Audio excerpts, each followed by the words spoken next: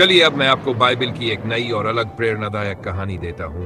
कहानी का शीर्षक दाऊद और गोलियत, विश्वास की ताकत। कहानी।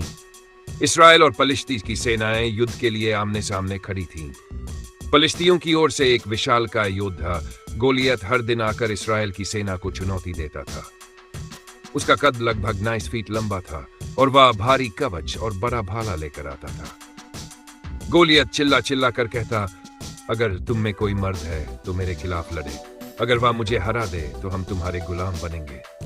इसराइल की पूरी सेना डर से कांप रही थी। उसी समय एक छोटा सा लड़का दाऊद, जो केवल एक चरवाहा था, अपने भाइयों के लिए खाना लेकर युद्ध के मैदान में आया। उसने गोलियत को सुना और पूछा, ये कौन है जो परमेश्वर की सेना को अपमानित कर रहा है? राजा शाऊल को जब दाऊद की बात पता चली तो वह हैरान रह गया। दाऊद ने कहा, मैं इस दानव से लड़ूंगा।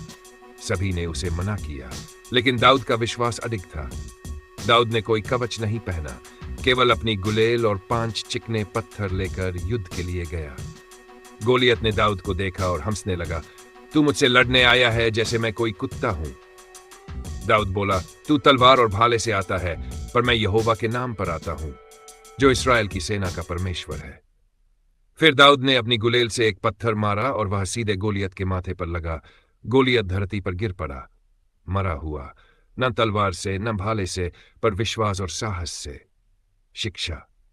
अगर हमारा विश्वास परमेश्वर में हो तो कोई भी गोलियत, समस्या या डर हमारे लिए बड़ा नहीं होता।